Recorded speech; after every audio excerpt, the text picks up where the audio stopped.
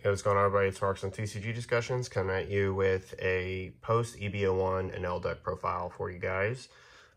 This is one of the top leaders that I'm considering playing going forward, especially in 07. It's going to be between this and Lucci, maybe Moria. I might stick with that. I don't know, but I love all the decks. I've been testing a lot on the sim. And after the release of EB-01, I wanted to bring you this profile. There's two versions of this, I think, that you can go with, like the Rush Enel version, where you're just very aggressive with a lot of swings and you get down to low life, and then you rely on the leader effect to basically recycle like your life and get to continue to be aggressive with really broken cards, like the Kami card that plays out the 7-drop Enel, the Rush Ace. So Enel's got just a lot of strong tools, I think, to like move forward and do a lot of damage. And as long as that recycle effect becomes active in some manner, Enel really just can't die while still being able to put on immense rush pressures of 7s plus on whatever, while still being able to have access to the same tools that they always have, like Beji, Onami, Gadatsu, Kikinojo. And so I think that that version is definitely valid and something that I have to test and explore more. And I think that when I was watching Japan's Nationals this last year, there was a top 8 version of it. But I wanted to do this version because this is going to be the closest version before the evolution of this deck when Ace comes out. And I think that this is more appropriate now to bring, because OP-07 is just right around the corner. So this deck is going to go another transformation. I am also going to build a red-purple law deck and show you what my current EB-01 list of that will be. And then like the transition from that into the next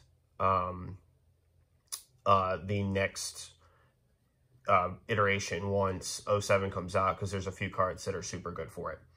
But just some clearinghouse things. I haven't posted on the channel in a bit because I've been insanely busy working. So I really apologize for that, especially for the people who subscribe for One Piece. There's been a lot going on and a lot of stuff that we need to catch up on as far as meta analysis breakdown and a lot of other aspects of the game when it comes to decks, iterations, and updates on that. I've fallen way behind because I basically, like last week, I worked at that period of last week, I had worked 18 out of the last 21 days. That with being a dad and trying to be, you know, having my priorities straight in life, I just didn't have time. So we have some time. Hopefully this week we'll get some more uploads, this profile and the other one. And I hope you guys will enjoy it. We'll go into a little bit of some of the new cards and explain in kind of a guide fashion about how the deck works and how like you can do a lot of stuff. But honestly, this version of Enel is disgusting. There's a couple weaknesses that you have to watch out for. But overall, I think that this is going to be a very, very strong deck moving forward in the meta. So if you like Enel and you're thinking about playing yellow, I think after Reject gets banned, which the card needs to be banned, I think that Katakuri is just significantly going to be worse than Enel. Katakuri's pressure into Reject, I think, is the main reason why, like, it's so powerful between Paraspero, Satori, Kikinojo, and being a 7K swing. I think that's why Reject works so well. It's another reason why the Rush version of Enel is also really powerful. But once Reject is gone, Enel just kind of stands a lot better on his own, especially into slow decks. This is one of those decks that if your deck is slow, you're going to get clapped. Like, you're just going to get clapped. Playing for the long game does not work, which I know that's also what Katakuri wants to do, which this current iteration of this is very, very strong, and we'll get into that. It's also super strong against Uda with all the tools that it gets in EB-01. It's really strong into red-purple law, because all the cards they turn sideways will just turn into a grind fest, and if they don't get enough Reijus, they just eventually lose out to your pressure. And the bodies that you play will eventually get too big and they won't have enough minus effects. And while you're able to just basically start to deal with multiple cards on the board, This deck has answers to big threats now in Raigo or Kingdom Come. And I think that this is really where Enel can shine, because when he's down at 1 life, like, he's still technically taking 3 swings to kill because of his life recycle effect. And this is one of the reasons why Raigo is best in Enel, and an advantage that he gets to play that others don't. So let's get into the profile. We all know what Enel does as a leader, but let's just get into the list. So one of the first new cards we got is Charlotte Flampe. This is a staple in yellow, probably going forward for multiple top yellow decks. It has the ability for you to take the top card of your life and draw a card, which is really busted in Luffy, Black Yellow Luffy.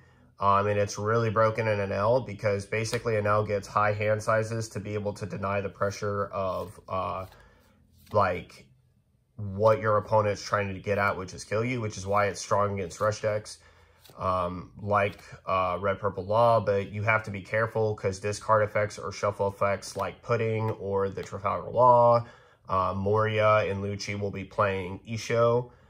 It will directly check this card, so just make sure that you recognize that. But for green decks like Uda, Bonnie coming out, or decks that can't really get at your hand, you're going to have a lot tougher of a time. And this card also works really strong against Perona, because, like, you just get 2 cards and one of those can be gotten rid of. You also get your life down early, which is going to help you set up for Raigo a lot easier. Next, this is the most powerful card that they could have ever released against Black, and it's Shirahoshi. This card has an effect that says when it is KO'd, you get to gain a life, which in Enel is broken, and it's also a blocker. It's weak against Law because Law can instantly block it, but it also just demands that they get rid of that card. So if you have Gadatsu on the board and, like, this card is next to it, they now have to choose. You can get that block, and destruction effects can't pop it. So it's really strong against every removal but blue and Law. So, yeah, it's just really broken. This card is a meta warping card, in my opinion. And yeah, it's just really strong, other than unless you're playing against blue. Sakazuki can bottom deck it immediately with Hound's Blaze, so it just basically doesn't do anything other than be a blocker, but then they have to use the Hound's Blaze on this and not something else. So, yeah, it's a really powerful card either way. And as long as Black is going to be good, this card is always going to be a problem. Next, for our 2Ks, the rest of them, we've got Satori and Beji. Satori is going to get replaced by Frankie in 07. I think it's just a better 2K. It's a 4 for 5, so it's easier to play. Frankie will draw a card on play if you're at 1 or less life, which you'll take your own life and go down very fast. But Satori has the advantage of being played at any aspect in the game of life, which is really good. But, you know, Frankie is just going to be inherently better because it has the potential to draw a card. So that's what we'll switch in 07. But for now, Satori does the job just plenty well. And then Capone Gangbage, still one of the best 2Ks in the game, and comes up very clutch at stopping your opponent in key plays to try to get at you to finish the game, and then give you a chance to recovery for a recovery play, which is also going to be really strong with Ace, because when you get to stop cards with Ace and then play Ace, get rushed, gain a life, and swing at a card, it's just more board control and more either cards out of your opponent's hand or cards removed from the board while you're building up very powerful bodies that are healing you. So this card is only going to get better as time goes on. And then next we have 3 Shirahoshi. This is probably something that you could argue is a Fora, but I cut one of her and one of Gadatsu for Onami. But Shirahoshi is just a busted card in this deck. It's a +1 as a trigger play. It's an excellent target to put into your life with Katakuri if you need to self-heal at 8 Dawn plus. And she just also helps you filter out a lot of dead cards in your hand that you can't use right away. So Shirahoshi, at least a 3 of, in my opinion, could be a 4. Next, on to more triggers, we have Onami. Onami is a card that we primarily want to see in our trigger slot, but the threat of it can be really, really strong, especially against Black. Like when they have cards that can't be KO'd, like Borsellino, For example, you can get rid of it. Sabo, post the destruction effect, you can get rid of that. It can also just hit like Rush 8. It can just hit so many things. So this card as a trigger can swing momentum. And if you're getting free removal on your opponent's turn, it's just one of those cards that I think that it merits it being played at a 4 of, at a 2 of. This will probably increase to 4 when reject is gone.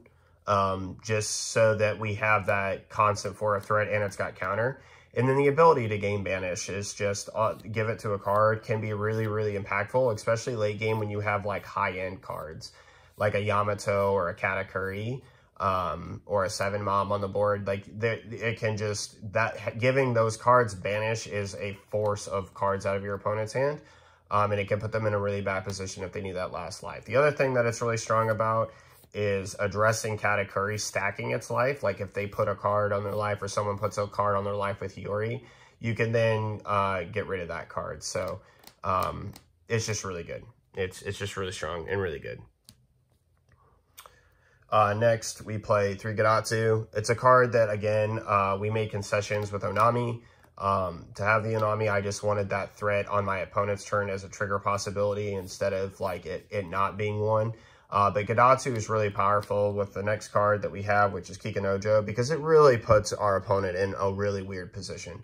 So if they're a 5-life leader, right, like do you take the hit to go into Kikanojo play and effect range, or do you allow Gidatsu to be prevalent? But Gidatsu is a really good card if you're allowed to play the long game, because you don't have to attack your opponent's life. You can just focus on board control. Especially when they swing at you, you're willing to take that damage. But it does make Kikanojo kind of dead. So like for the yellow player, it's also kind of conflicting. But like if they take the damage and you have Gidatsu in your hand, you know, later in the game, it can just be really strong to pop the low cost blockers. But Kikanojo is a 4/6 that can heal is just absolutely busted. There's no contention. I think that you could argue flipping like one Kikanojo for another Gidatsu, but it's just going to be a little bit difficult for the justification of not having a trigger that plays out of life in order to be aggressive against your opponent. I apologize if you hear my son squawking in the background. He's playing out there in the living room. It's really cute. But next, onto our bigger bodies, we play 4 Lin. We play 4 Katakuri, and then we play 4 Yamato. This is where the deck really shines. These cards here put immense pressure on our opponent. It doesn't matter what it is, what they're thinking that they've got going on. These cards just start swinging the game immediately. If you get to 7 Dawn on curve and you're at, you know, your opponent is, let's say they're down to 3 life and you play 7 Mom, and you're at 2 or 1 still, you know, you getting healed or you getting, you know, them critting them that life can be very, very important, because the next turn, Katakuri can come down or Yamato can come down. So it just really matters. A lot of opponents try to give me the life because they're like, yeah, well, I'll just be able to swing through it. But then they'll run into triggers like Kikanojo or whatnot, and it just becomes really problematic. So 7 Lin is a very, very good card. It's also a card we can get rid of a Shirahoshi. If we break up and we get Enel's effect going, we can just pitch one of the Lin-Lins in our hand. Katakuri is a multi-tool in this meta right now. It is a self-heal, obviously, but the ability to just put an 8-cost kid or a Gecko Moria at the bottom of our opponent's life is backbreaking. We trade an 8 for 8 into a lot of really good cards. Like they play 8 Dawn for a really good card. We play an 8 Dawn to get rid of that really good card.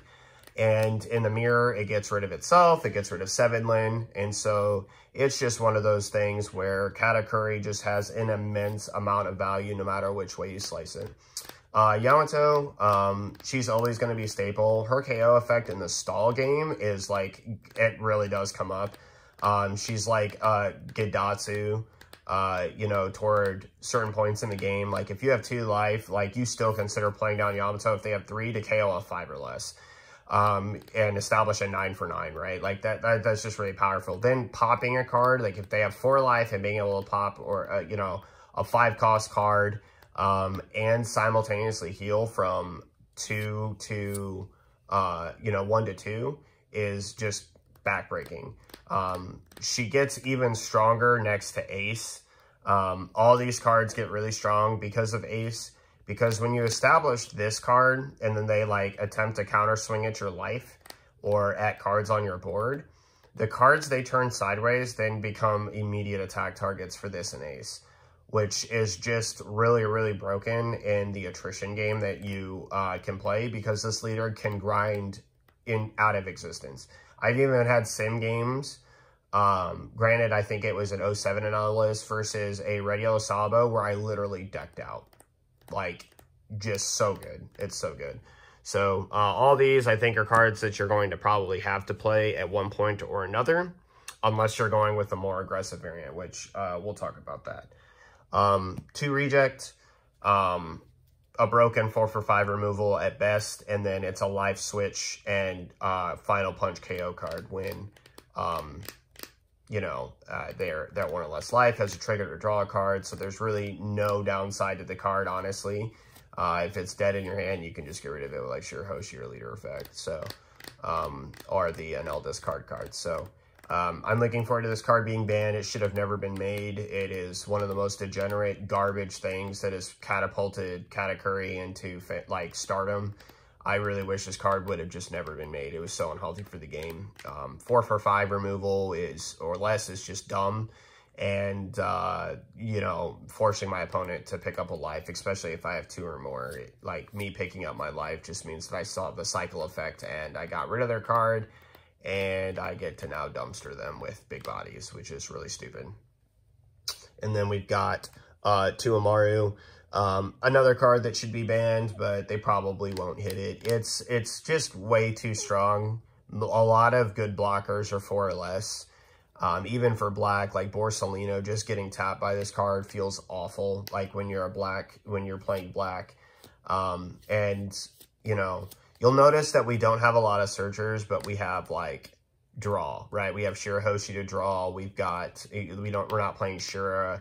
And if we went for a more Sky Island dependent with like Reject, Raigo, You're the One Who Should Disappear, Satori, Om Holy, then, and these cards, obviously, all of our event cards are Sky Island. So I could see that. But the problem is that that list specifically, there's pluses and negatives to both, and it's very dependent on you being aggressive, especially early, right? Like and this card being able to be searched by Shura it can be very powerful and impactful. Obviously, we saw that with Giannis and Nats, Jonas and Nats. But the thing is, overall, Amaru in this deck specifically is still super busted. We have a lot of cards that can be done in our hand that we can get rid of and cycle out for that extra life. It can just really put our opponent on the back foot of us being able to gain more. And the amount of life gain that this deck has in its cards is just really insane. Next, we play 3 Kingdom Come. This is the card for yellow that has always been needed. The fact that a lot of yellow's removal has been on life dependency has been kind of a hamper. But this is Red Rock in a nutshell for yellow. What this allows you to do is KO up to one of your opponent's characters, then trash cards from your life until you have 1 life card. So if I'm at 2 or less life, this card is free. It's not a question. If you play Kid, it's dead. If you play Gecko, it's dead. If you play Yamato or Katakuri or, 10-drop Big Mom, it's dead. Like, I can just toast the card for 6 Dawn. You invested 10 into a Big Mom, and I have somewhat of an established board, and then I toast it with this 1 card for 6 Dawn. Absolutely insane. And then it has a trigger effect that KOs up to one of your opponent's cards up to their life. Which, again, in the grind games, like where you're grinding each other out, this can be super broken. So, and lastly, 3, You're the One Who Should Disappear. This is important for a number of reasons. We play 10 events in the deck, and then we play 12 cards that have no counter. 16 technically if you count the Kikinojo. So we're constantly having cards that can be pitched that or that are dead in our hand. So a mandatory 3 of, I think. Its trigger effect is still one of the strongest in the game. The thing is with Enel, you don't mind taking life, but you don't want to also break up either. Kikanojo is kind of a break factor, but between like the Shirahoshi blocker, right, like it can make your opponent's kill turns kind of weird, and you can counter back with the cards that you play. But in terms of War of Attrition, this card makes 7 swings at our leader just absolutely bad. So it's one of those things where, in my opinion, you kind of need it. So that's the full 50 for the list. I think that Enel is going to be an S-tier deck going forward. He had to take a small break from the meta in 06 because he just honestly isn't as good as Katakuri because of Tenlin. But once Reject is gone, and even right now while Reject still exists, this leader is incredibly powerful now that it's got Raigo. If you play Shura, you have the advantage of being able to search it. Just Raigo as a card cannot really be played in any leader other than this. So flat out removing a 10-cost Dofi or a 10-cost Linlin or a Shanks if they play VV, or like any of the cards, or like a 9-cost Zoro, is just way too good. There's just way too much going on. So I think honestly this is definitely like one of the most broken leaders because Raigo is best played in him. And it's one of his, like, you know, on-theme cards. So it's really nice that he has access to that tool. But I can't tell you how broken 1-for-1 removal is. Like, just straight up being able to get rid of anything in the game. It's part of the reason why Red Rock is really broken, right? It's part of the reason why Shanks is really strong. It's in some ways, like if you think about it, it's one of the reasons why 10-cost Kaido wiping the whole board is disgusting, right? But that's a doll -6 to do that. This is just simply take life, and in this leader, being at 1 is, in certain situations, just not a problem at all, right? Like, unless you're playing against red-purple wall, that's like the only time it's bad. Other than that, it's free candy. So, especially when I'm at 1 and my opponent like plays a big card, just flat out being able to kill it is going to just be really, really good. It's one of the reasons why Stussy coming out for black is going to be incredibly broken. Popping a 1-cost on the board to simply remove your Gecko or remove your big play of what your deck is trying to do is too good. So really grateful yellow got an effect like that. And unfortunately, it's a card that can't really be played in any other deck because unless you work on a life recovery deck, and Enel is the best life recovery deck in the game, there really isn't much to talk about because trashing yourself down to 1 is basically an L in every single deck other than him. So, yeah. So I'm not even sure if Raigo will be able to be played in other decks. So it's a huge boon and advantage for Enel. It's a really strong card for yellow in general with a very heavy cost. So, yeah. But other than that, the deck is busted. Like, all you'll have to do is play a few games, get used to it. You can get some games where you're a little bit bricky with the current list as is, and you can drop a Kikanojo, for example, for maybe another Gadatsu, like I said earlier. But other than that, the list is like super solid, and there's only going to be a few evolution tweaks from 07, Frankie and Ace, and then you can cut the 7 lens for the Ace because you don't need that many bricks in your deck. But I've seen some lists that run all 16 of them or 15 of them, like 3/7 Lin. And then there's some other cards that we got, like the Charlene Comte or whatever it is. That's a 7 for 9 that's really strong. It has counter, but that 9K is really, really strong, especially against Law, because 8K is just a little bit easier for them to deal with. But the bottom line is still it takes like 2 Gordons or 2 Raise Max for Law to get him down. So it'll be what it'll be, but I really predict that this leader going forward is going to be busted. So get in on this now, get your reps in and testing. If I might even end up taking this to Peoria because like the deck is really that stupid. Like it is really that stupid.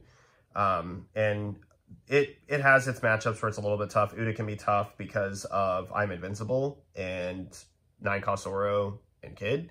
But we also have a lot of answers and put a lot of really big cards on the board. So you can just really, really destroy your opponent. But it does require a late game, and if your opponent has really strong cards in the late game, you got to watch out for it. So let me know what you guys think about this down in the comment section below. Thank you so much for watching as always. Look forward to the content. I'm going to make another video after this one, just to talk about the meta and everything going forward.